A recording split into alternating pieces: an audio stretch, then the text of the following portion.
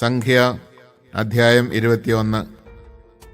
Israel അത്താറിം വഴി വരുന്നെന്ന് നെഗബിൽ വസിച്ചിരുന്ന കാനാന്യനായ അരാദിലെ രാജാവ് കേട്ടു. അവൻ ഇസ്രായേലിനോട് യുദ്ധം ചെയ്ത് കുറേ പേരെ തടവുകാരാക്കി. ഇസ്രായേൽ കർത്താവിനോട് ശപഥം ചെയ്തു, അങ്ങ് ഈ ജനത്തെ എൻ്റെ കയ്യിൽ ഏൽപ്പിച്ചു തരുമെങ്കിൽ ഞാൻ അവരുടെ പട്ടണങ്ങളെ നിശേഷം നശിപ്പിക്കും. കർത്താവ് ഇസ്രായേൽ പറഞ്ഞത് ശ്രവിച്ച് കാനാന്യരെ അവർക്ക് ഏൽപ്പിച്ചു കൊടുത്തു. അവർ കാനാന്യരെയും അവരുടെ പട്ടണങ്ങളെയും നിശേഷം നശിപ്പിച്ചു. അങ്ങനെ ആ സ്ഥലത്തിന് ഹോർമ എന്ന പേര് ലഭിച്ചു. ഏദോം ചുറ്റിപ്പോകാൻ ഹോർമലയിൽ നിന്ന് ചെങ്കടലിലേക്കുള്ള വഴിയെ അവർ യാത്ര പുറപ്പെട്ടു. യാത്രാമധ്യേ ജനം അക്ഷമരായി. ദൈവത്തിനും മോശയ്ക്കുമെതിരായി അവർ സംസാരിച്ചു. ഈ മരുഭൂമിയിൽ മരിക്കാൻ നീ ഞങ്ങളെ ഈജിപ്തിൽ നിന്ന് കൊണ്ടുവന്നതെന്തിന്? ഇവിടെ അപ്പമോ വെള്ളമോ ഇല്ല. വിലകെട്ട ഈ അപ്പം തിന്ന് ഞങ്ങൾ മടുത്തു. അപ്പോൾ കർത്താവ് ജനത്തിൻ്റെ ഇടയിലേക്ക് ആഗ്നേയ സർപ്പങ്ങളെ അയച്ചു. അവയുടെ ദംശനമേറ്റ് ഇസ്രായേലിൽ വളരെ പേർ മരിച്ചു. ജനം മോശയുടെ അടുക്കൽ വന്ന് പറഞ്ഞു, അങ്ങേക്കും കർത്താവിനുമെതിരായി സംസാരിച്ച് ഞങ്ങൾ പാപം ചെയ്തു. ഈ സർപ്പങ്ങളെ പിൻവലിക്കുവാൻ കർത്താവിനോട് പ്രാർത്ഥിക്കണമേ. മോശ ജനത്തിനു വേണ്ടി പ്രാർത്ഥിച്ചു. കർത്താവ് മോശയോട് അരുളി ചെയ്തു, ഒരു പിച്ചള സർപ്പത്തെ ഉണ്ടാക്കി വടിയിൽ ഉയർത്തി നിർത്തുക. ദംശനമേൽക്കുന്നവർ അതിനെ നോക്കിയാൽ മരിക്കുകയില്ല. മോശ പിച്ചള കൊണ്ട് ഒരു സർപ്പത്തെ ഉണ്ടാക്കി അതിനെ വടിയിൽ ഉയർത്തി നിർത്തി. ദംശനമേറ്റവർ പിച്ചള സർപ്പത്തെ നോക്കി അവർ ജീവിച്ചു. അനന്തരം ഇസ്രായേൽ ജനം യാത്ര പുറപ്പെട്ട് ഓബോത്തിൽ ചെന്ന് പാളയമടിച്ചു. അവിടെ നിന്ന് പുറപ്പെട്ട് മൊവാബിനെതിരെയുള്ള മരുഭൂമിയിൽ ഇയെ അബറീമിൽ കിഴക്ക് ദിക്കിന് അഭിമുഖം പാളയമടിച്ചു. അവിടെ നിന്ന് പുറപ്പെട്ട് സേരദ് താഴ്വരയിൽ പാളയമടിച്ചു. അവിടെ നിന്ന് പുറപ്പെട്ട് അർണോൺ നദിയുടെ മറുകരയിൽ പാളയമടിച്ചു. മരുഭൂമിയിൽ അമോര്യരുടെ അതിർത്തിയിൽ നിന്ന് ഉത്ഭവിക്കുന്ന അർണോൺ അമോര്യരുടെയും മോവാബ്യരുടെയും മധ്യേയുള്ള അതിരാണ്. അതിനാൽ കർത്താവിൻ്റെ യുദ്ധങ്ങളുടെ ഗ്രന്ഥത്തിൽ ഇപ്രകാരം എഴുതിയിരിക്കുന്നു, സൂഫായിലെ വാഹബ് വരെ ഞങ്ങൾ മുന്നേറി. അർണോൺ താഴ്വരയിലൂടെ ആറിൻ്റെ ആസ്ഥാനം വരെ നീണ്ടുകിടക്കുന്ന താഴ്വരയുടെ ചെരുവുകളിലൂടെ. അവിടെ നിന്ന് അവർ ബേറിലേക്ക് പോയി. ജനത്തെ ഒന്നിച്ചു കൂട്ടുക, ഞാൻ അവർക്ക് ജലം നൽകും എന്ന് കർത്താവ് മോശയോട് പറഞ്ഞത് ഈ കിണറിനെ പറ്റിയാണ്. ഇസ്രായേൽ അവിടെ വെച്ച് ഈ ഗാനം പാടി, കിണറെ നിറഞ്ഞു കവിയുക, അതിനെ കീർത്തിച്ച് പാടുവിൻ. പ്രഭുക്കന്മാർ കുഴിച്ച കിണർ, ചെങ്കോലും ദണ്ടുകളും കൊണ്ട് ജനനേതാക്കൾ കുത്തിയ കിണർ. അവർ ബേറിൽ നിന്ന് മത്താനായിലേക്ക് യാത്ര തുടർന്നു. മത്താനായിൽ നിന്ന് നഹലിയയിലേക്കും അവിടെ നിന്ന് ബാമോത്തിലേക്കും, ബാമോത്തിൽ നിന്ന് മരുഭൂമിക്കെതിരെ സ്ഥിതി ചെയ്യുന്ന ഫിസ്ഗ ഗിരിശൃംഗത്തിന് താഴെയുള്ള മൊവാബ് ദേശത്തെ താഴ്വരയിലേക്കും പോയി. അവിടെ നിന്ന് ഇസ്രായേൽ അമോര്യ രാജാവായ സീഹോന്റെ അടുക്കൽ ദൂതന്മാരെ അയച്ചു പറഞ്ഞു, നിങ്ങളുടെ ദേശത്തിലൂടെ കടന്നുപോകാൻ ഞങ്ങളെ അനുവദിച്ചാലും ഞങ്ങൾ വയലുകളിലോ മുന്തിരിത്തോട്ടങ്ങളിലോ കടക്കുകയില്ല, കിണറുകളിലെ വെള്ളം കുടിക്കുകയുമില്ല. നിങ്ങളുടെ അതിർത്തി കടക്കുവോളം ഞങ്ങൾ രാജപാതയിലൂടെ തന്നെ യാത്ര ചെയ്തുകൊള്ളാം. എന്നാൽ തൻ്റെ ദേശത്തിലൂടെ കടന്നുപോകാൻ സീഹോൻ ഇസ്രായേലിനെ അനുവദിച്ചില്ല. അവൻ തൻ്റെ ജനത്തെയെല്ലാം കൂട്ടി ഇസ്രായേലിനെതിരെ മരുഭൂമിയിലേക്ക് പുറപ്പെട്ടു. യാഹാസിൽ വെച്ച് ഇസ്രായേലിനോട് യുദ്ധം ചെയ്തു. ഇസ്രായേൽ അവനെ വാളിനിരയാക്കി. അർണോൺ മുതൽ യാബോക്ക് വരെ, അമ്മോന്യരുടെ അതിർത്തി വരെ വ്യാപിച്ചു കിടക്കുന്ന അവൻ്റെ ദേശം കൈവശപ്പെടുത്തി. യാസേറായിരുന്നു അമ്മോന്യരുടെ അതിർത്തി. ഇസ്രായേൽ ഈ പട്ടണങ്ങളെല്ലാം പിടിച്ചെടുത്തു. ഹെഷ്ബോൺ ഉൾപ്പെടെയുള്ള അമോര്യരുടെ എല്ലാ നഗരങ്ങളിലും ഗ്രാമങ്ങളിലും അവർ വാസമുറപ്പിച്ചു. ഹെഷ്ബോൺ അമോര്യ രാജാവായ സീഹോന്റെ നഗരമായിരുന്നു. അവൻ മോവാബിലെ മുൻ രാജാവിനോട് യുദ്ധം ചെയ്ത് അർണോൺ വരെയുള്ള അവന്റെ ദേശമത്രയും പിടിച്ചടക്കിയിരുന്നു. അതുകൊണ്ടാണ് ഗായകർ പാടുന്നത്, ഹെഷ്ബോണിലേക്ക് വരുവിൻ, അത് പുതുക്കിപ്പണിയുവിൻ, സീഹോന്റെ നഗരം പുനഃസ്ഥാപിക്കുവിൻ. എന്തെന്നാൽ ഹെഷ്ബോണിൽ നിന്ന് അഗ്നി പ്രവഹിച്ചു, സീഹോൻ പട്ടണത്തിൽ നിന്ന് അഗ്നിജ്വാലകൾ മോവാബിലെ 6 പട്ടണത്തെ വിഴുങ്ങി. അർണോൺ ഗിരികളെ അത് വലയം ചെയ്തു. മോവാബേ, നിനക്ക് ദുരിതം, കെമോഷ് നിവാസികളെ, നിങ്ങൾക്ക് നാശം. അവൻ തന്റെ പുത്രന്മാരെ അഭയാർത്ഥികളും പുത്രിമാരെ വിപ്രവാസികളുമാക്കി അമോര്യനായ സീഹോൻ രാജാവിന് നൽകി. നമ്മൾ ഹെഷ്ബോണിന്റെ സന്തതികളെ ദിബോൺ വരെ സംഹരിച്ച് മെദേബ വരെ അഗ്നി കൊണ്ട് അവരെ നമ്മൾ നശിപ്പിച്ചു. അങ്ങനെ ഇസ്രായേൽ അമോര്യരുടെ ദേശത്ത് താമസമാക്കി. രഹസ്യ നിരീക്ഷണം നടത്താനായി മോശ ആളുകളെ യാസേറിലേക്ക് അയച്ചു. അവർ ഗ്രാമങ്ങൾ പിടിച്ചടക്കുകയും അവിടെ ഉണ്ടായിരുന്ന അമോര്യരെ ഓടിച്ചു കളയുകയും ചെയ്തു. പിന്നീട് ഇസ്രായേൽക്കാർ ബാഷാനിലേക്കുള്ള വഴിയിലൂടെ യാത്ര ചെയ്തു. ബാഷാൻ രാജാവായ ഓഗ് തന്റെ സകല ജനത്തെയും കൂട്ടി വന്ന് എദ്രയിൽ വെച്ച് അവരുമായി ഏറ്റുമുട്ടി. കർത്താവ് മോശയോട് അരുളി ചെയ്തു, അവനെ ഭയപ്പെടേണ്ട, അവനെയും അവന്റെ ജനത്തെയും ദേശത്തെയും നിനക്ക് ഞാൻ വിട്ടുതന്നിരിക്കുന്നു. ഹെഷ്ബോണിൽ വസിച്ചിരുന്ന അമോര്യ രാജാവായ സീഹോനോട് ചെയ്തതുപോലെ നിങ്ങൾ അവനോടും ചെയ്യണം. അങ്ങനെ ഇസ്രായേൽക്കാർ ഓഗിനെയും അവന്റെ പുത്രന്മാരെയും സകല ജനത്തെയും ഒന്നൊഴിയാതെ കൊന്നൊടുക്കി അവന്റെ ദേശം കൈവശപ്പെടുത്തുകയും ചെയ്തു.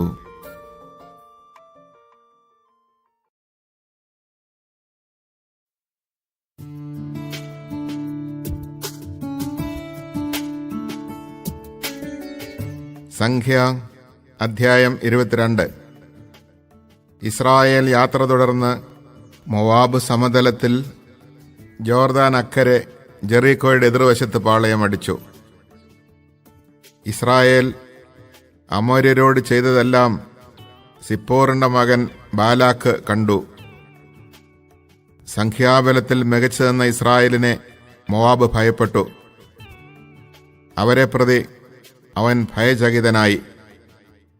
മോവാബ് മിദിയാനിലെ പ്രമാണികളോട് പറഞ്ഞു, കാള വയലിലെ പുല്ല് തിന്നുന്നതുപോലെ ഈ നാടോടികൾ നമ്മെ വിഴുങ്ങിക്കളയും. സിപ്പോറിന്റെ മകൻ ബാലാക്കായിരുന്നു അക്കാലത്ത് മോവാബ്യരുടെ രാജാവ്. അവൻ അമാവിന്റെ ദേശത്ത് യൂഫ്രട്ടീസ് തീരത്തുള്ള പെത്തോറിലേക്ക് ദൂതനെ അയച്ച് ബയോറിന്റെ മകൻ ബാലാമിനോട് പറഞ്ഞു, ഈജിപ്തിൽ നിന്ന് ഒരു ജനത വന്ന് ഭൂമുഖം മൂടിയിരിക്കുന്നു. അവർ എനിക്കെതിരായി പാളയമടിച്ചിരിക്കുകയാണ്. അതിനാൽ നീ വന്ന് എനിക്ക് കീഴടക്കാൻ സാധിക്കാത്ത ഈ ജനത്തെ ശപിക്കുക. എങ്കിൽ അവരെ ഇവിടെ നിന്ന് തോൽപ്പിച്ചോടിക്കുവാൻ എനിക്ക് സാധിച്ചേക്കും. നീ അനുഗ്രഹിക്കുന്നവൻ അനുഗ്രഹിക്കപ്പെടുന്നു, നീ ശപിക്കുന്നവൻ ശപിക്കപ്പെടുന്നു എന്ന് എനിക്കറിയാം. മോവാബിലെയും മിദിയാനിലെയും പ്രമാണികൾ പ്രശ്ന ദക്ഷിണയുമായി യാത്ര തിരിച്ചു. അവർ ബാലാക്കിന്റെ സന്ദേശം ബാലാമിനെ അറിയിച്ചു. ബാലാം അവരോട് പറഞ്ഞു, ഈ രാത്രി ഇവിടെ താമസിക്കുക. കർത്താവിന്റെ അരുളപ്പാടനുസരിച്ച് ഞാൻ നിങ്ങൾക്ക് മറുപടി തരാം. അങ്ങനെ മോവാബിലെ പ്രഭുക്കന്മാർ ബാലാമിനോടുകൂടെ താമസിച്ചു. ദൈവം ബാലാമിന് പ്രത്യക്ഷപ്പെട്ട് ചോദിച്ചു, നിന്റെ കൂടെയുള്ള ഈ മനുഷ്യർ ആരാണ്? ബാലാം ദൈവത്തോട് പറഞ്ഞു, മോവാബ് രാജാവായ സിപ്പോറിന്റെ മകൻ ബാലാക്ക് അയച്ചവരാണ് ഇവർ. അവർ പറയുന്നു, ഈജിപ്തിൽ നിന്നൊരു ജനത വന്ന് ഭൂമുഖം മൂടിയിരിക്കുന്നു. നീ വന്ന് എനിക്ക് വേണ്ടി അവരെ ശപിക്കുക. എങ്കിൽ യുദ്ധത്തിൽ അവരെ തോൽപ്പിച്ചോടിക്കാൻ എനിക്ക് കഴിഞ്ഞേക്കും. ദൈവം ബാലാമിനോട് അരുളിച്ചെയ്തു, നീ അവരോടുകൂടെ പോകരുത്, ആ ജനത്തെ ശപിക്കുകയും അരുത്, എന്തെന്നാൽ അവർ അനുഗ്രഹീതരാണ്. ബാലാം രാവിലെ എഴുന്നേറ്റ് ബാലാക്കിന്റെ പ്രഭുക്കന്മാരോട് പറഞ്ഞു, നിങ്ങൾ സ്വദേശത്തേക്ക് മടങ്ങിപ്പോകുവിൻ. ഞാൻ നിങ്ങളുടെ കൂടെ വരുന്നത് കർത്താവ് നിരോധിച്ചിരിക്കുന്നു. മൊവാബ് പ്രഭുക്കന്മാർ തിരിച്ച് എന്ന് കൂടെ പോരുവാൻ ബാലാം വിസമ്മതിക്കുന്നു എന്ന് ബാലാക്കിനെ അറിയിച്ചു.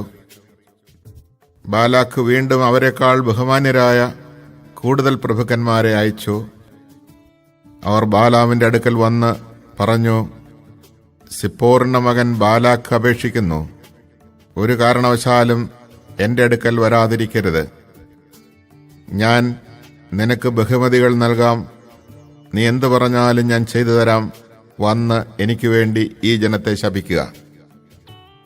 ബാലാക്കിന്റെ സേവകരോട് ബാലാം പറഞ്ഞു, ബാലാക്ക് തന്റെ വീട് നിറയെ വെള്ളിയും സ്വർണവും എനിക്ക് തന്നാലും എന്റെ ദൈവമായ കർത്താവ് കൽപ്പിക്കുന്നതിൽ കൂടുതലോ കുറവോ ചെയ്യുക എനിക്ക് സാധ്യമല്ല. ഈ രാത്രി കൂടി നിങ്ങളിവിടെ താമസിക്കുവിൻ. കർത്താവ് കൂടുതൽ എന്തെങ്കിലും പറയുമോ എന്നറിയട്ടെ. രാത്രിയിൽ ദൈവം ബാലാമിനോട് പറഞ്ഞു, ആ മനുഷ്യർ നിന്നെ വിളിക്കാൻ വന്നിരിക്കുന്നെങ്കിൽ എഴുന്നേറ്റ് അവരോടൊപ്പം പോവുക. എന്നാൽ ഞാൻ ആജ്ഞാപിക്കുന്നത് മാത്രമേ ചെയ്യാവൂ. ബാലാം രാവിലെ എഴുന്നേറ്റ് കഴുതയ്ക്ക് ജീനിയിട്ട് മൊവാബിലെ പ്രഭുക്കന്മാരോടൊപ്പം പുറപ്പെട്ടു. അവൻ പോയതുകൊണ്ട് ദൈവത്തിന്റെ കോപം ജ്വലിച്ചു. കർത്താവിന്റെ ദൂതൻ വഴിയിൽ അവനെതിരെ നിന്നു. കഴുതപ്പുറത്ത് സഞ്ചരിച്ചിരുന്ന ബാലാമിന്റെ കൂടെ 2 ഭൃത്യന്മാരുണ്ടായിരുന്നു. കർത്താവിന്റെ ദൂതൻ ഊരിയ വാളുമായി വഴിയിൽ നിൽക്കുന്നത് കണ്ട് കഴുത വയലിലേക്ക് ചാടി. വഴിയിലേക്ക് തിരിച്ചു കൊണ്ടുവരുവാൻ ബാലാം അതിനെ അടിച്ചു. അപ്പോൾ കർത്താവിന്റെ ദൂതൻ മുന്തിരിത്തോട്ടത്തിൽ ഇരുവശവും മതിലുള്ള ഇടുങ്ങിയ വഴിയിൽ നിന്നു. കർത്താവിന്റെ ദൂതനെ കണ്ട് കഴുത മതിലിനോട് ചേർന്ന് ഒതുങ്ങി. ബാലാമിന്റെ കാൽ മതിലിൽ ഉരഞ്ഞു. അവൻ കഴുതയെ വീണ്ടും അടിച്ചു. കർത്താവിന്റെ ദൂതൻ മുന്നോട്ടു പോയി ഇടം വലം തിരിയാൻ ഇടമില്ലാത്ത ഇടുങ്ങിയ സ്ഥലത്ത് നിന്നു. ദൂതനെ കണ്ടപ്പോൾ കഴുത കിടന്നു കളഞ്ഞു. ബാലാമിന്റെ കോപം ജ്വലിച്ചു. അവൻ വടികൊണ്ട് കഴുതയെ അടിച്ചു. അപ്പോൾ കർത്താവ് കഴുതയ്ക്ക് സംസാര ശക്തി നൽകി. 3 പ്രാവശ്യം എന്നെ അടിക്കാൻ ഞാൻ നിന്നോട് എന്ത് ദ്രോഹം ചെയ്തു എന്ന് അത് ബാലാമിനോട് ചോദിച്ചു. ബാലാം കഴുതയോട് പറഞ്ഞു, നീ എന്നെ അവഹേളിച്ചു. വാളുണ്ടായിരുന്നെങ്കിൽ ഞാൻ നിന്നെ കൊന്നുകളയുമായിരുന്നു. കഴുത ബാലാമിനോട് ചോദിച്ചു, ഇന്നുവരെ നീ സഞ്ചരിച്ചിരുന്ന നിന്റെ കഴുതയല്ലേ ഞാൻ? ഇതിനു മുമ്പ് ഒരിക്കലെങ്കിലും ഞാൻ നിന്നോട് ഇങ്ങനെ ചെയ്തിട്ടുണ്ടോ? ഇല്ല, ബാലാം സമ്മതിച്ചു. അപ്പോൾ കർത്താവ് ബാലാമിന്റെ കണ്ണുകൾ തുറന്നു. ഊരിയ വാളേന്തി വഴിയിൽ നിൽക്കുന്ന കർത്താവിന്റെ ദൂതനെ കണ്ട് അവൻ കമഴ്ന്നു വീണു. കർത്താവിന്റെ ദൂതൻ ബാലാമിനോട് പറഞ്ഞു, കഴുതയെ 3 പ്രാവശ്യം അടിച്ചതെന്തിന്? നിന്റെ യാത്ര വിവേകശൂന്യമാകയാൽ നിന്നെ തടയാൻ ഞാൻ വന്നിരിക്കുന്നു.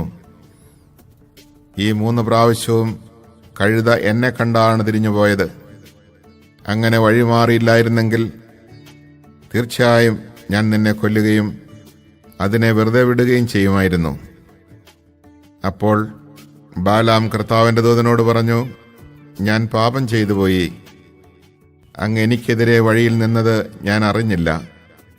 ഇത് അങ്ങയുടെ ദൃഷ്ടിയിൽ തിന്മയെങ്കിൽ ഞാൻ തിരിച്ചു പോയിക്കൊള്ളാം.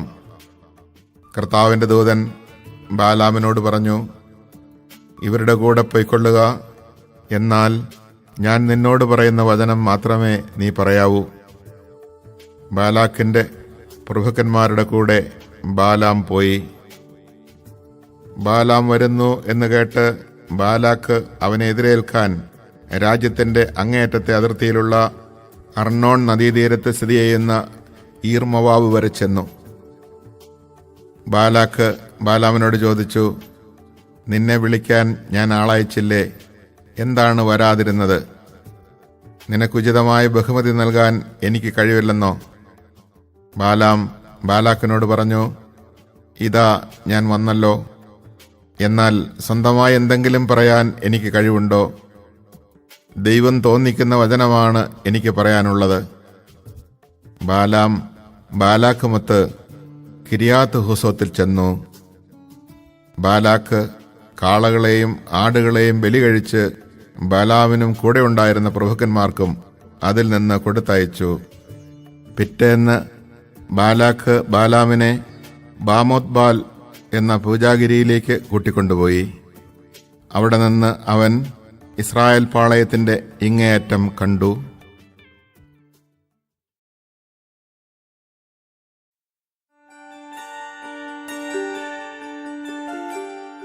സംഖ്യ അധ്യായം 23.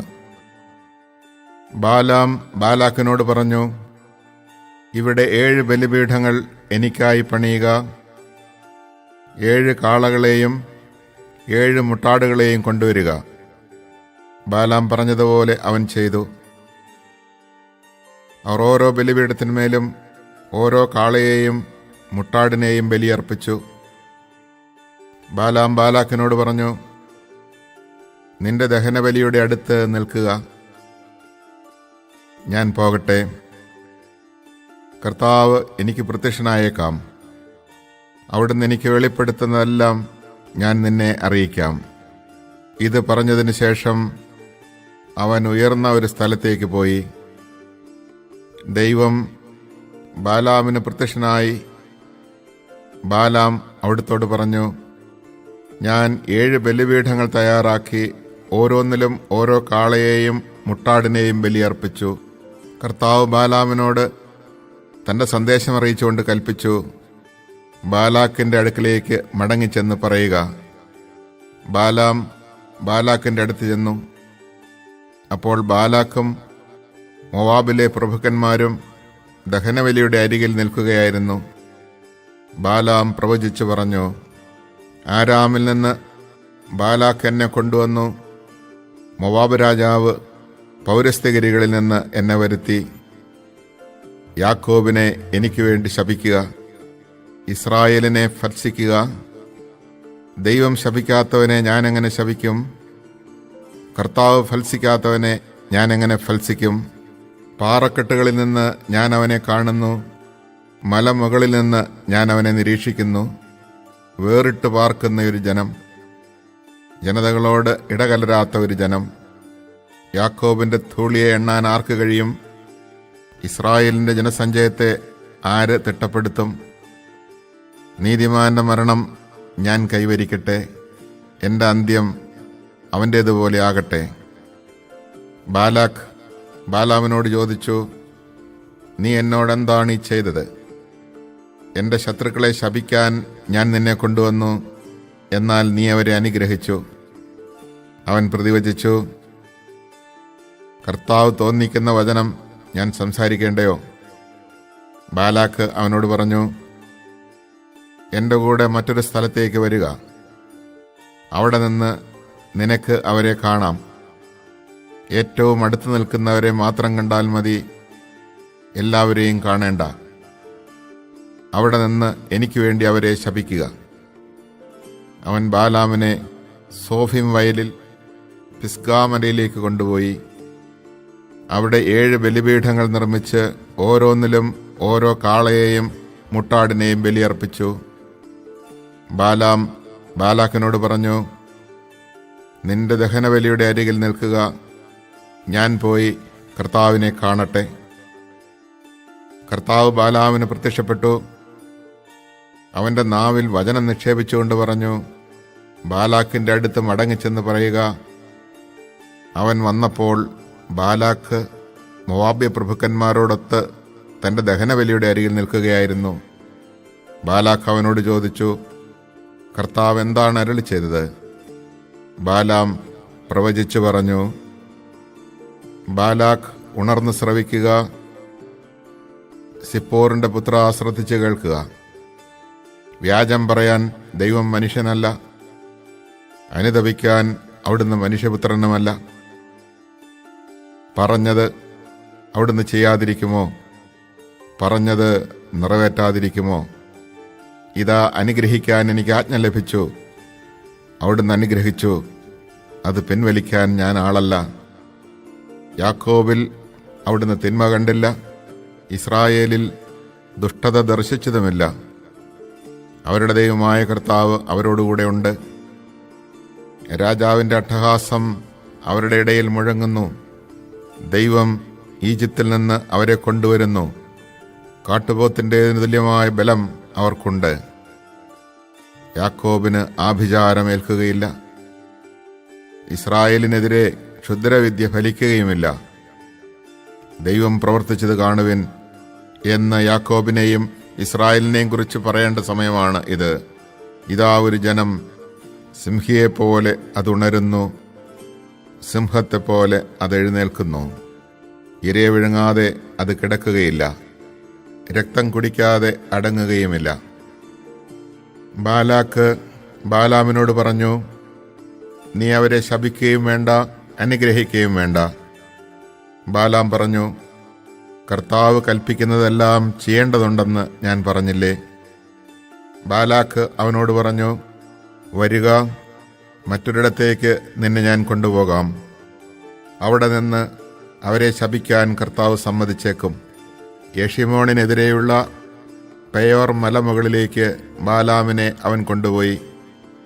ബാലാം അവനോട് പറഞ്ഞു, ഇവിടെ എനിക്കായി 7 ബലിപീഠങ്ങൾ നിർമ്മിച്ച് 7 കാളയെയും 7 മുട്ടാടിനെയും കൊണ്ടുവരിക. ബാലാം പറഞ്ഞതുപോലെ അവൻ ചെയ്തു. ഓരോ ബലിപീഠത്തിന്മേലും ഓരോ കാളയെയും മുട്ടാടിനെയും ബലിയർപ്പിച്ചു.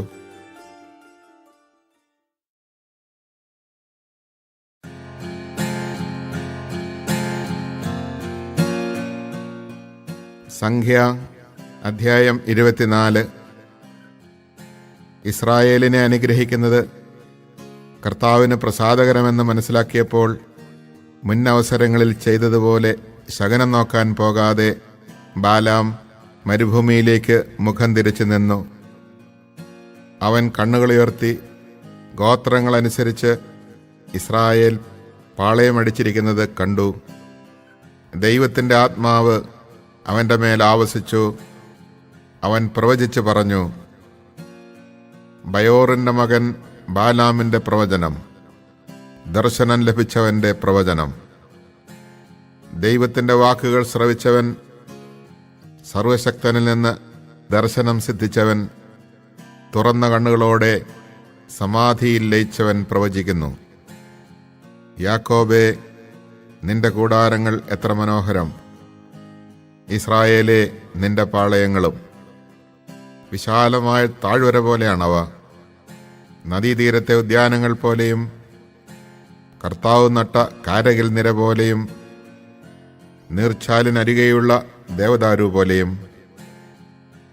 അവൻ്റെ ഭരണികളിൽ നിന്ന് വെള്ളം കവിഞ്ഞൊഴുകും, വിത്തുകൾക്ക് സമൃദ്ധമായി ജലം ലഭിക്കും.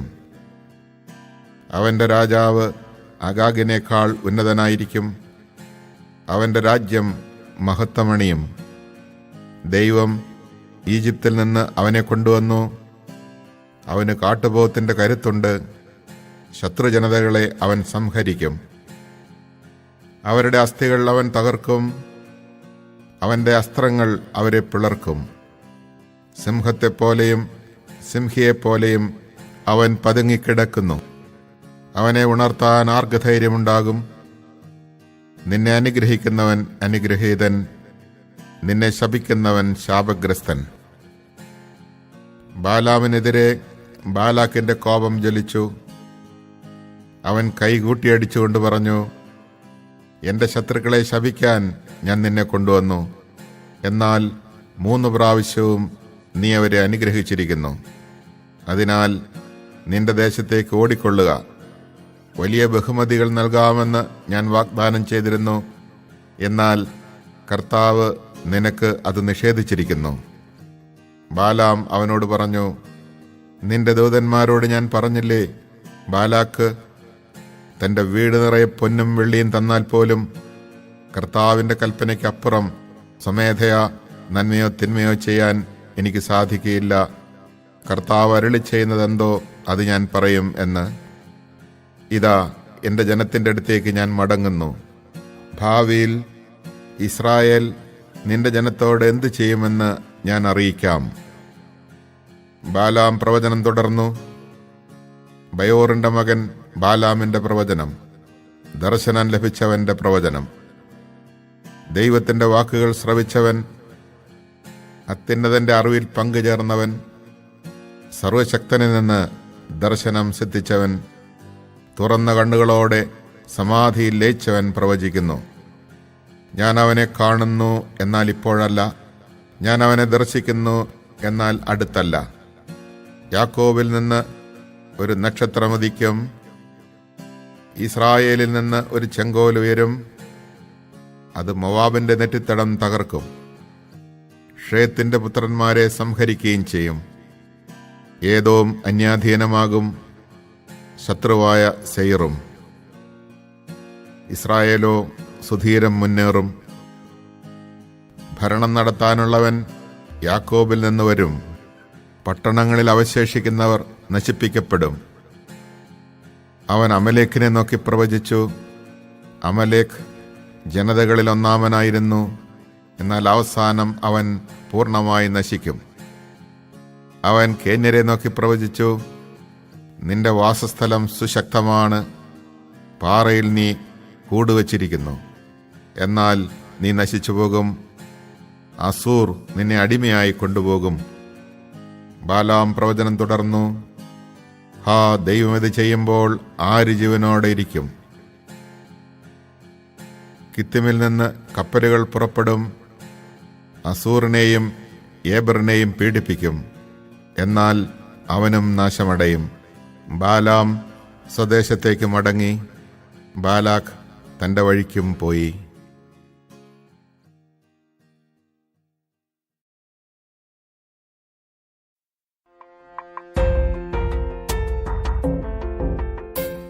സംഖ്യ അധ്യായം 25. ഷിത്തിമിൽ പാർക്കുമ്പോൾ മോവാബ്യ സ്ത്രീകളുമായി ഇസ്രായേൽ ജനം വേശ്യാവൃത്തിയിൽ ഏർപ്പെടാൻ തുടങ്ങി. അവർ തങ്ങളുടെ ദേവന്മാരുടെ ബലികൾക്ക് ഇസ്രായേൽക്കാരെ ക്ഷണിച്ചു. അവർ അവരോട് ചേർന്ന് ഭക്ഷിക്കുകയും ദേവന്മാരെ ആരാധിക്കുകയും ചെയ്തു. അങ്ങനെ ഇസ്രായേൽ പെയോറിലെ ബാലിന് സേവ ചെയ്തു. അവർക്കെതിരെ കർത്താവിൻ്റെ കോപം ജ്വലിച്ചു. അവിടുന്ന് മോശയോട് അരുളി ചെയ്തു, ജനത്തിൻ്റെ തലവന്മാരെ പിടിച്ച് കർത്താവിന് മുമ്പാകെ പരസ്യമായി തൂക്കിലിടുക. കർത്താവിൻ്റെ ഉഗ്രകോപം ജനങ്ങളിൽ നിന്ന് മാറിപ്പോകട്ടെ. മോശ ഇസ്രായേലിലെ ന്യായാധിപന്മാരോട് പറഞ്ഞു, നിങ്ങൾ ഓരോരുത്തരും പെയോറിലെ ബാലിൻ്റെ അടിമകളായി തീർന്ന നിങ്ങളുടെ ആളുകളെ വധിക്കുക. മോശയും സമാഗമ കൂടാര വാതിൽക്കൽ വിലപിച്ചുകൊണ്ട് നിന്ന ഇസ്രായേൽ ജനം മുഴുവനും കാണുകെ, ഒരു ഇസ്രായേൽക്കാരൻ തൻ്റെ വീട്ടിലേക്ക് ഒരു മിദ്യാൻ സ്ത്രീയെ കൂട്ടിക്കൊണ്ടുവന്നു.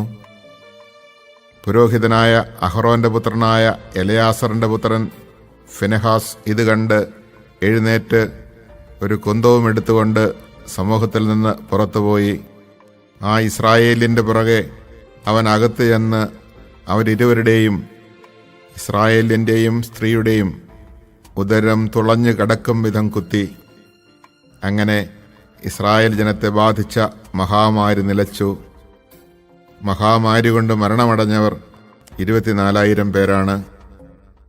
കർത്താവ് മോശയോട് അരുളി ചെയ്തു, പുരോഹിതനായ അഹറോന്റെ പുത്രനായ എലയാസറിന്റെ മകൻ ഫിനെഹാസ് ഇസ്രായേൽ ജനത്തിൻ്റെ ഇടയിൽ എൻ്റെ തീഷ്ണതയ്ക്കൊത്തവണ്ണം പ്രവർത്തിച്ച് എൻ്റെ ക്രോധം അവരിൽ നിന്ന് അകറ്റിയിരിക്കുന്നു.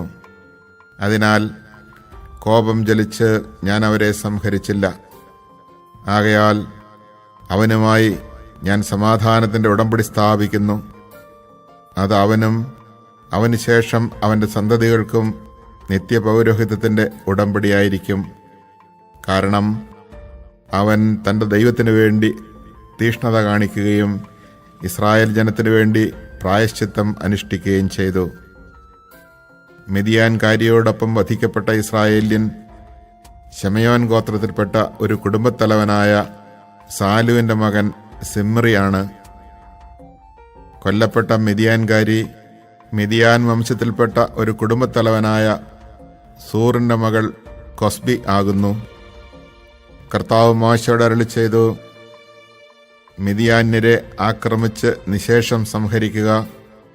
കാരണം പെയോറിൻ്റെ കാര്യത്തിലും പെയോർ നിമിത്തമുണ്ടായ മഹാമാരിയുടെ നാളിൽ വധിക്കപ്പെട്ട അവരുടെ സഹോദരിയും മിദ്യാൻ പ്രമാണിയുടെ മകളുമായ കൊസ്ബിയുടെ കാര്യത്തിലും ചെയ്ത ചതിപ്രയോഗങ്ങളാൽ മിദ്യാൻകാർ നിങ്ങളെ വളരെയധികം ക്ലേശിപ്പിച്ചു.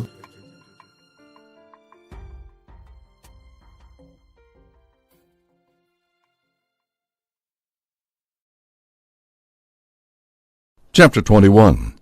When the Canaanite king of Arad, who lived in the Negeb, heard that the Israelites were coming along the way of Atharim, he engaged them in battle, and took some of them captive. Israel then made this vow to the Lord, "If you deliver this people into my hand, I will doom their cities." Later, when the Lord heeded Israel's prayer and delivered up the Canaanites, they doomed them and their cities. Hence that place was named Hormah. From Mount Hor they set out on the Red Sea road to bypass the land of Edom. But with their patience worn out by the journey, the people complained against God and Moses. "Why have you brought us up from Egypt to die in this desert, where there is no food or water? We are disgusted with this wretched food." In punishment the Lord sent among the people seraph serpents, which bit the people so that many of them died. Then the people came to Moses and said, "We have sinned in complaining against the Lord and you. Pray the Lord to take the serpents from us." So Moses prayed for the people, and the Lord said to Moses, "Make a seraph and mount it on a pole, and if anyone who has been bitten looks at it, he will recover." Moses accordingly made a bronze serpent and mounted it on a pole, and whenever anyone who had been bitten by a serpent looked at the bronze serpent, he recovered. The Israelites moved on and encamped in Oboth. Setting out from Oboth, they encamped in Ai Abarim in the desert fronting Moab on the east. Setting out from there, they encamped in the Wadi Zered. Setting out from there, they encamped on the other side of the Arnon, in the desert that extends from the territory of the Amorites, for the Arnon forms Moab's boundary with the Amorites. Hence it is said in the book of the wars of the Lord, Waheb in Suphah and the Wadis, Arnon and the Wadi gorges that reach back toward the site of Ar and slant to the border of Moab. From there they went to Beer, where there was the well of which the Lord said to Moses, "Bring the people together, and I will give them water." Then it was that Israel sang this song, "Spring up, O well, so sing to it, the well that the princes sank, that the nobles of the people dug with their scepters and their staffs." From Beer they went to Mattanah, from Mattanah to Nahaliel, from Nahaliel to Bamoth, from Bamoth to the cleft in the plateau of Moab at the headland of Pisgah that overlooks Jeshimon. Now Israel sent men to Sihon, king of the Amorites, with the message, "Let us pass through your country. We will not turn aside into any field or vineyard, nor will we drink any well water, but we will go straight along the royal road until we have passed through your territory." Sihon, however, would not let Israel pass through his territory, but mustered all his forces and advanced into the desert against Israel.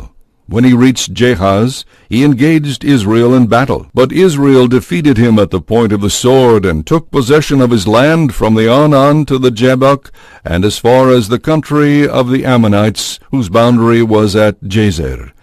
Israel seized all the towns here, and settled in these towns of the Amorites, in Heshbon and all its dependencies. Now Heshbon was the capital of Sihon, king of the Amorites, who had fought against the former king of Moab, and had seized all his land from Jazer to the Arnon. That is why the poets say, "Come to Heshbon, let it be rebuilt. Let Sihon's capital be firmly constructed, for fire went forth from Heshbon, and a blaze from the city of Sihon. It consumed the cities of Moab, and swallowed up the high places of the Arnon. Woe to you, O Moab! You are ruined, O people of Chemosh! He let his sons become fugitives, and his daughters be taken captive by the Amorite king Sihon. Their plowland is ruined from Heshbon to Dibon. Ar is laid waste, fires blaze as far as Medeba. When Israel had settled in the land of the Amorites, Moses sent spies to Jazer. Israel then captured it with its dependencies, and dispossessed the Amorites who were there. Then they turned and went up along the road to Bashan. But Og, king of Bashan, advanced against them with all his people to give battle at Edrei. The Lord, however, said to Moses, Do not be afraid of him, for into your hand I will deliver him with all his people and his land. Do to him as you did to Sihon, king of the Amorites, who lived in Heshbon. So they struck him down with his sons and all his people, until not a survivor was left to him, and they took possession of his land. Chapter 22. Then the Israelites moved on and encamped in the plains of Moab on the other side of the Jericho stretch of the Jordan. Now Balak, son of Zippor, saw all that Israel did to the Amorites. Indeed, Moab feared the Israelites greatly because of their numbers, and detested them. So Moab said to the elders of Midian, Soon this horde will devour all the country around us, as an ox devours the grass of the field. And Balak, Zippor's son, who was king of Moab at that time, sent messengers to Balaam, son of Beor, at Pethor, on the Euphrates, in the land of the Amoites, summoning him with these words, The people has come here from Egypt, who now cover the face of the earth, and are settling down opposite us. Please come and curse this people for us. They are stronger than we are. We may then be able to defeat them and drive them out of the country. For I know that whoever you bless is blessed, and whoever you curse is cursed. Then the elders of Moab and of Midian left with the divination fee in hand, and went to Balaam. When they had given him Balak's message, he said to them in reply, Stay here overnight, and I will give you whatever answer the Lord gives me. So the princes of Moab lodged with Balaam. Then God came to Balaam and said, Who are these men visiting you? Balaam answered God, Balak, son of Zippor, king of Moab, sent me the message, This people that came here from Egypt now cover the face of the earth. Please come and lay a curse on them for us. We may then be able to give them battle and drive them out. But God said to Balaam, Do not go with them, and do not curse this people, for they are blessed. The next morning Balaam arose and told the princes of Balak, Go back to your own country, for the Lord has refused to let me go with you. So the princes of Moab went back to Balak with the report, Balaam refused to come with us. Balak again sent princes who were more numerous and more distinguished than the others. On coming to Balaam they told him, This is what Balak, son of Zippor, has to say. Please do not refuse to come to me. I will reward you very handsomely, and will do anything you ask of me. Please come and lay a curse on this people for me. But Balaam replied to Balak's officials, Even if Balak gave me his house full of silver and gold, I could not do anything small or great, contrary to the command of the Lord my God. But you too shall stay here overnight, till I learn what else the Lord may tell me. That night God came to Balaam and said to him, If these men have come to summon you, you may go with them, yet only on the condition that you do exactly as I tell you. So the next morning, when Balaam arose, he saddled his ass and went off with the princes of Moab. But now the anger of God flared up at him for going, and the angel of the Lord stationed himself on the road to hinder him as he was riding along on his ass, accompanied by 2 of his servants. When the ass saw the angel of the Lord standing on the road with sword drawn, she turned off the road and went into the field, and Balaam had to beat her to bring her back on the road. Then the angel of the Lord took his stand in a narrow lane between vineyards, with a stone wall on each side. When the ass saw the angel of the Lord there, she shrank against the wall, and since she squeezed Balaam's leg against it, he beat her again. The angel of the Lord then went ahead and stopped next in a passage so narrow that there was no room to move either to the right or to the left.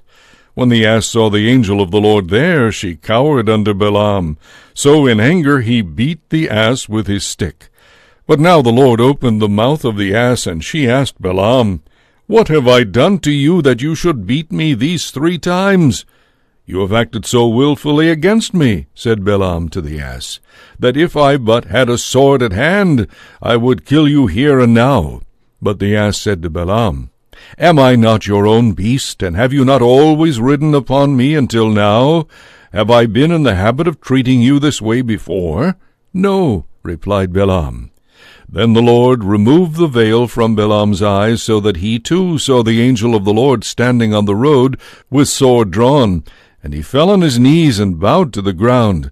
But the angel of the Lord said to him, "Why have you beaten your ass these 3 times? It is I who have come armed to hinder you, because this rash journey of yours is directly opposed to me. When the ass saw me, she turned away from me these 3 times. If she had not turned away from me, I would have killed you. Her I would have spared." Then Balaam said to the angel of the Lord, "I have sinned, yet I did not know that you stood against me to oppose my journey. Since it has displeased you, I will go back home." But the angel of the Lord said to Balaam, "Go with the men, but you may say only what I tell you." So Balaam went on with the princes of Balak. When Balak heard that Balaam was coming, he went out to meet him at the boundary city Moab, on the Arnon, at the end of the Moabite territory. And he said to Balaam, "I sent an urgent summons to you. Why did you not come to me? Did you think I could not reward you?" Balaam answered him, "Well, I have come to you after all. But what power have I to say anything? I can speak only what God puts in my mouth." Then Balaam went with Balak, and they came to Kiriath Huzoth. Here Balak slaughtered oxen and sheep, and sent portions to Balaam and to the princes who were with him. The next morning Balak took Balaam up on Bamoth Baal, and from there he saw some of the clans. Chapter 23. Then Balaam said to Balak, "Build me 7 altars, and prepare 7 bullocks and 7 rams for me here." So he did as Balaam had ordered, offering a bullock and a ram on each altar. And Balak said to him, "I have erected the 7 altars, and have offered a bullock and a ram on each." Balaam then said to him, "Stand here by your holocaust while I go over there. Perhaps the Lord will meet me, and then I will tell you whatever he lets me see." He went out on the barren height, and God met him. When he had put an utterance in Balaam's mouth, the Lord said to him, "Go back to Balak and speak accordingly." So he went back to Balak, who was still standing by his holocaust, together with all the princes of Moab. Then Balaam gave voice to his oracle.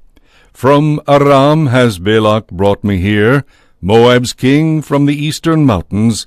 Come and lay a curse for me on Jacob. Come and denounce Israel." How can I curse whom God has not cursed? How denounce whom the Lord has not denounced? For from the top of the crags I see him, from the heights I behold him. Here is a people that lives apart and does not reckon itself among the nations. Who has ever counted the dust of Jacob, or numbered Israel's wind-borne particles? May I die the death of the just. May my descendants be as many as theirs. "What have you done to me?" cried Balak to Balaam. "It was to curse my foes that I brought you here. Instead you have even blessed them." Balaam replied, "Is it not what the Lord puts in my mouth that I must repeat with care?" Then Balak said to him, "Please come with me to another place from which you can see only some and not all of them, and from there curse them for me." So he brought him to the lookout field on the top of Pisgah, where he built 7 altars and offered a bullock and a ram on each of them. Balaam then said to Balak, "Stand here by your holocaust while I seek a meeting over there." Then the Lord met Balaam, and having put an utterance in his mouth, he said to him, "Go back to Balak and speak accordingly." So he went back to Balak, who was still standing by his holocaust, together with the princes of Moab. When Balak asked him, "What did the Lord say?" Balaam gave voice to his oracle. "Be aroused, O Balak, and hearken. Give ear to my testimony, O son of Zippor. God is not man that he should speak falsely, nor human that he should change his mind. Is he one to speak and not act, to decree and not fulfill? It is a blessing I have been given to pronounce, a blessing which I cannot restrain. Misfortune is not observed in Jacob, nor misery seen in Israel. The Lord, his God, is with him. With him is the triumph of his king. It is God who brought him out of Egypt, a wild bull of towering might. No, there is no sorcery against Jacob, nor omen against Israel. It shall yet be said of Jacob and of Israel, Behold what God has wrought. Here is a people that springs up like a lioness, and stalks forth like a lion. It rests not till it has devoured its prey, and has drunk the blood of the slain. Even though you cannot curse them, said Balak to Balaam, at least do not bless them. But Balaam answered Balak, Did I not warn you that I must do all that the Lord tells me? Then Balak said to Balaam, Come, let me bring you to another place. Perhaps God will approve of your cursing them for me from there. So he took Balaam to the top of Peor, that overlooks Jeshimon. Balaam then said to him, Here build me 7 altars, and here prepare for me 7 bullocks and 7 rams. And Balak did as Balaam had ordered, offering a bullock and a ram on each altar. Chapter 24. Balaam, however, perceiving that the Lord was pleased to bless Israel, did not go aside as before to seek omens, but turned his gaze toward the desert. When he raised his eyes and saw Israel encamped, tribe by tribe, the Spirit of God came upon him, and he gave voice to his oracle. The utterance of Balaam son of Beor, the utterance of the man whose eye is true, the utterance of one who hears what God says, and knows what the Most High knows, of one who sees what the Almighty sees, enraptured and with eyes unveiled. How goodly are your tents, O Jacob, your encampments, O Israel! They are like gardens beside a stream, like the cedars planted by the Lord. His well shall yield free-flowing waters, he shall have the sea within reach. His king shall rise higher than, and his royalty shall be exalted. It is God who brought him out of Egypt, a wild bull of towering might. He shall devour the nations like grass, their bones he shall strip bare. He lies crouching like a lion or like a lioness. Who shall arouse him? Blessed is he who blesses you, and cursed is he who curses you. Balak beat his palms together in a blaze of anger at Balaam, and said to him, It was to curse my foes that I summoned you here, yet 3 times now you have even blessed them instead. Be off at once, then, to your home. I promised to reward you richly, but the Lord has withheld the reward from you. Balaam replied to Balak, Did I not warn the very messengers whom you sent to me? Even if Balak gave me his house full of silver and gold, I could not of my own accord do anything good or evil, contrary to the command of the Lord. Whatever the Lord says, I must repeat. But now that I am about to go to my own people, let me first warn you what this people will do to your people in the days to come. Then Balaam gave voice to his oracle. The utterance of Balaam, son of Beor, the utterance of the man whose eye is true, the utterance of one who hears what God says and knows what the Most High knows, of one who sees what the Almighty sees, enraptured and with eyes unveiled. I see him, though not now. I behold him, though not near. A star shall advance from Jacob, and a staff shall rise from Israel, that shall smite the brows of Moab and the skulls of all the Shuthites, till Edom is dispossessed, and no fugitive is left in Seir. Israel shall do valiantly, and Jacob shall overcome his foes. Upon seeing Amalek, Balaam gave voice to his oracle. First of the peoples was Amalek, but his end is to perish forever. Upon seeing the Kenites, he gave voice to his oracle. Your abode is enduring, O smith, and your nest is set on a cliff, yet destined for burning, even as I watch, are your inhabitants.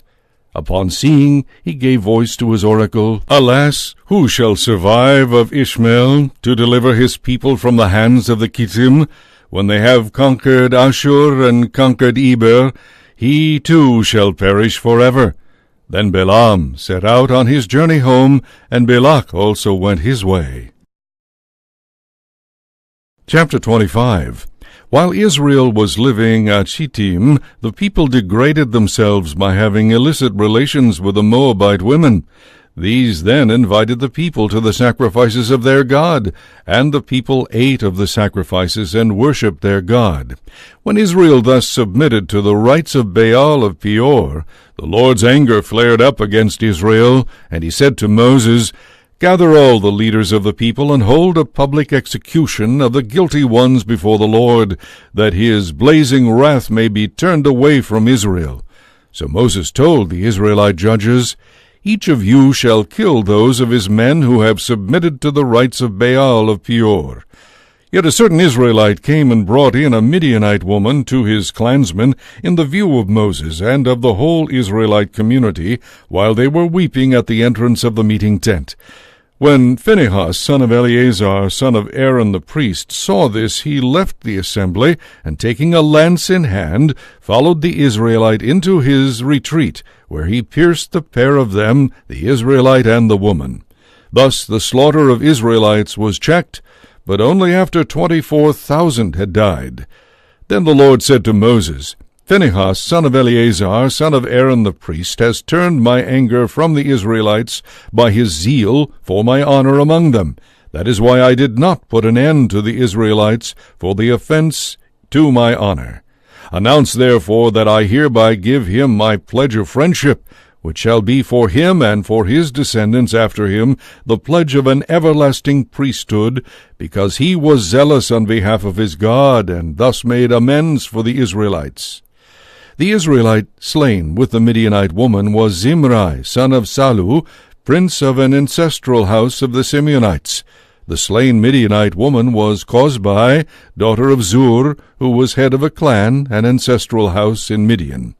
The Lord then said to Moses, Treat the Midianites as enemies and crush them, for they have been your enemies by their wily dealings with you as regards Peor, and as regards their kinswoman Cozbi, the daughter of the Midianite prince, who was killed at the time of the slaughter because of Peor.